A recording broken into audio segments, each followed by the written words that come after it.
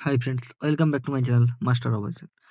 আজকে আমি আলোচনা করব ক্লাস 12 ফোর্থ সেমিস্টার সরকারের বিভিন্ন বিভাগ থেকে। আজকের কোশ্চেন, ভারতের প্রধানমন্ত্রীর ক্ষমতা, কার্যাবলী ও পদমর্যাদা আলোচনা করব। গ্রেট ব্রিটেনের ন্যায় ভারতের রাজনৈতিক ব্যবস্থায় সর্বাধিক গুরুত্বপূর্ণ হলেন প্রধানমন্ত্রী। ব্রিটেনের প্রধানমন্ত্রীর মতো ভারতের প্রধানমন্ত্রীকেও ক্যাবিনেট ত্বরণের প্রধান স্তম্ভ বলা হয়। অধ্যাপক যোশীর মতে প্রধানমন্ত্রী এমন এক স্থানে অবস্থান করেন যাকে কেন্দ্র করে সমগ্র দেশের শাসনযন্ত্রটি আবর্তিত হয়।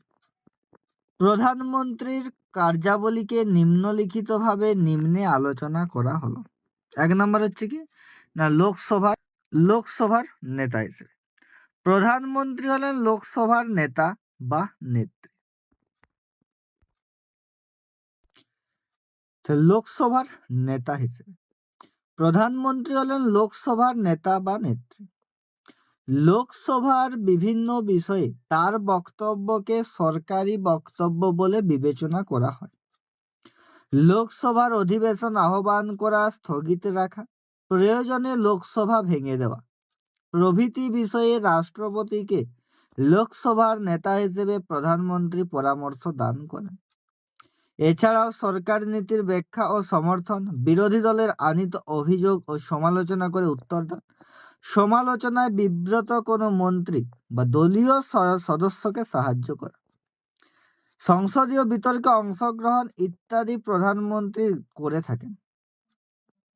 কাজ প্রধানমন্ত্রী করে থাকেন পার্লামেন্টের নেতা বা নেত্রী হিসেবে।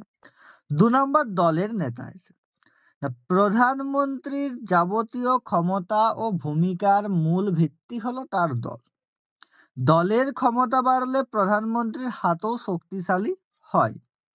দলের নেতা হিসেবে প্রধানমন্ত্রী যে কাজ করে থাকেন তা হলো 1, দলীয় শৃঙ্খলা ও সংহতি বজায় রাখা। 2, সংসদের ভিতরে ও বাইরে দলীয় কর্মসূচিকে যতটা সম্ভব প্রচার করা এবং কার্যে রূপায়িত করা। 3, জনসমক্ষে উপস্থিত হয়ে ও প্রচার মাধ্যমের সাহায্যে দলের ভাবমূর্তি উজ্জ্বল রাখা ইত্যাদি। নির্বাচনের পর প্রধানমন্ত্রীর কর্মতৎপরতা বহুল পরিমাণে বেড়ে যায়। অনেক সময় প্রধানমন্ত্রীর জনপ্রিয়তার উপর নির্ভর করে তার দল নির্বাচনী সাফল্য লাভ করার চেষ্টা করে। 3 নম্বর পয়েন্ট, জোটের নেতা হিসেবে বর্তমানকালে ভারতবর্ষের রাজনৈতিক দলের একজোট হয়ে সরকার গড়ার প্রক্রিয়া শুরু হয়েছে।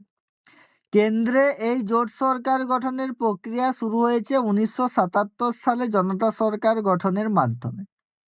1999 সালে অটল বিহারী বাজপেয়ীর নেতৃত্বে যে জোট সরকার কেন্দ্রে ক্ষমতাশীল ছিল সেটি 19টি দলকে নিয়ে গঠিত। তারা কি বলছে, বর্তমানকালে ভারতবর্ষের রাজনৈতিক দল কেমন হচ্ছে না, একজোট হয়ে সরকার গড়ার প্রক্রিয়া শুরু করেছে। যেমন আমাদের পশ্চিমবঙ্গে ক্ষমতায় আসতে চলেছে বিজেপি। তারা তাদের কর্মতৎপরতা বহুল পরিমাণে বাড়িয়ে দিয়েছে। এবার কেন্দ্রে যে জোট সরকার গঠনের প্রক্রিয়া শুরু হয়েছিল, জোট সরকার গঠনের প্রক্রিয়া শুরু হয়েছিল কত সালে? 1977 সালে। কিভাবে না, জনতা সরকার গঠনের মধ্য দিয়ে। আর 1999 সালে অটল বিহারী বাজপেয়ীর নেতৃত্বে যে জোট সরকার কেন্দ্রে ক্ষমতাশীল ছিল সেটি কটি দলকে নিয়ে গঠিত হয়েছিল না, সেটি 19টি দলকে নিয়ে গঠিত হয়েছিল। পরবর্তীকালে মনমোহন সিংয়ের নেতৃত্বে যে জোট সরকার ক্ষমতাসীন ছিল সেটিও অনেকগুলি দলকে নিয়ে গঠিত হয়েছিল। প্রধানমন্ত্রীর কাজ হলো এই সব দলকে নিয়ে গঠিত জোটের মধ্যে ঐক্য ও সংহতি বজায় রাখা। অর্থাৎ প্রধানমন্ত্রীর কাজ হলো যেসব দলগুলো নিয়ে সরকার গঠিত হয়েছে সেই সব দলগুলো বা জোটগুলো দলকে নিয়ে জোটের মধ্যে ঐক্য, মানে একে অপরের সঙ্গে ঐক্য ও সংহতি বজায় রাখতে হবে যাতে কেউ কারোর সঙ্গে ঝামেলা না লাগে। কোনো কারণে যদি বিরোধ দেখা দেয়, যদি দলগুলোর মধ্যে কোনো কারণে বিরোধ দেখা দেয় তাহলে প্রধানমন্ত্রী কি করেন না, সেগুলো আলাপ আলোচনার মাধ্যমে নিষ্পত্তি করে দেয় এবং সেটাকে সঠিকভাবে নেতৃত্ব দিয়ে থাকেন। তাহলে পয়েন্ট কি না, প্রধানমন্ত্রীর কাজ হলো এইসব দলকে নিয়ে গঠিত জোটের মধ্যে ঐক্য ও সংহতি বজায় রাখা।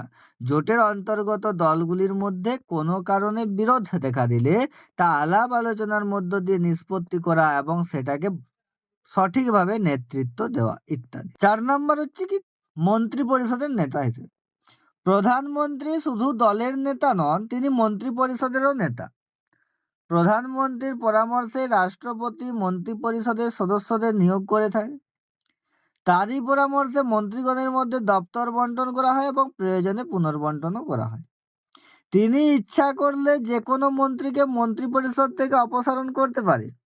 প্রধানমন্ত্রী মন্ত্রিপরিষদের বৈঠকে আহ্বান করেন এবং মন্ত্রিপরিষদের বৈঠকে সভাপতিত্ব করেন। প্রধানমন্ত্রীকে কেন্দ্র করে মন্ত্রিসভার উত্থান পতন ঘটে। তিনি পদত্যাগ করলে মন্ত্রিসভার পতন ঘটে। এইসব কারণে প্রধানমন্ত্রীকে ক্যাবিনেট ত্বরণের প্রধান স্তম্ভ বলা হয়। প্রধানমন্ত্রী যে শুধু দলের নেতা তাই নয়, তিনি মন্ত্রী পরিষদেরও নেতা। প্রধানমন্ত্রীর পরামর্শক্রমে রাষ্ট্রপতি কি করে না, অন্যান্য মন্ত্রীদের রাষ্ট্রপতি তখন নিয়োগ করে এবং রাষ্ট্রপতি মানে প্রধানমন্ত্রীর পরামর্শে রাষ্ট্রপতি যে মন্ত্রীগণের মধ্যে দপ্তর বন্টন করা হয়, কে কোন দপ্তরের সাহায্যে কাজ করবে এবং ইচ্ছা করলে সে পুনর্বন্টনও করে দিতে পারে। তিনি ইচ্ছা করে কি, প্রধানমন্ত্রী যদি ইচ্ছা করেন তাহলে যে কোনো মন্ত্রীকে মন্ত্রিপদ থেকে অপসারণ করতে পারেন। তাকে কেন্দ্র করে পৃথিবীর মানে সমগ্র দেশের শাসনযন্ত্রটি আবর্তিত হচ্ছে এবং প্রধানমন্ত্রী যদি পদত্যাগ করে তাহলে সমগ্র মন্ত্রিসভার পতন ঘটে। 5 নম্বর হচ্ছে আন্তর্জাতিক ক্ষেত্রে প্রধানমন্ত্রী। আন্তর্জাতিক ক্ষেত্রে প্রধানমন্ত্রীকে বিশিষ্ট ভূমিকা পালন করতে দেখা যায়। জওহরলাল নেহরুর আমল থেকেই দেখা যাচ্ছে যে পররাষ্ট্র দপ্তর প্রধানমন্ত্রীর হাতে থাক বা না থাক, প্রধানমন্ত্রী পররাষ্ট্রনীতি নির্ধারণে অগ্রণী ভূমিকা পালন করবে। তিনি দেশের পররাষ্ট্রনীতির মুখ্য প্রবক্তা ও রূপকার। তাহলে জওহরলাল নেহরুর আমল থেকে দেখা যাচ্ছে যে পররাষ্ট্র দপ্তর আমাদের প্রধানমন্ত্রীর হাতে থাক বা না থাক, যদি নাও থাকে তবুও প্রধানমন্ত্রী পররাষ্ট্রনীতি নির্ধারণে অগ্রণী মানে আগে থেকে ভূমিকা গ্রহণ করে। আর প্রধানমন্ত্রী পররাষ্ট্রনীতির প্রধান প্রবক্তা ও রূপকার। নেক্সট পয়েন্ট, জাতির নেতা আছে। প্রধানমন্ত্রী হলেন জাতির নেতা বা নেত্রী। দেশের সংকটে সমগ্র জাতি প্রধানমন্ত্রীর মুখাপেক্ষী হয়ে থাকে। প্রধানমন্ত্রীর সঠিক নেতৃত্বের উপর দেশের সমৃদ্ধি অনেকখানি নির্ভরশীল। দেশে বড় ধরনের সমস্যা দেখা দিলে তা প্রচার মাধ্যমের সাহায্যে সংশ্লিষ্ট সমস্যা সমাধানের প্রচেষ্টার কথা জানান এবং আশ্বস্ত। তা জাতির নেতা বা নেত্রীকে প্রধানমন্ত্রী। দেশের সংকটে সমগ্র জাতি প্রধানমন্ত্রীর মুখাপেক্ষী হয়ে থাকে যে তিনি কি সিদ্ধান্ত নিতে চলেছেন। উপরিউক্ত আলোচনা থেকে সহজেই অনুমান করা যায় যে ভারতের রাজনীতিতে প্রধানমন্ত্রী বিশাল ক্ষমতা ও প্রতিপত্তির অধিকারী।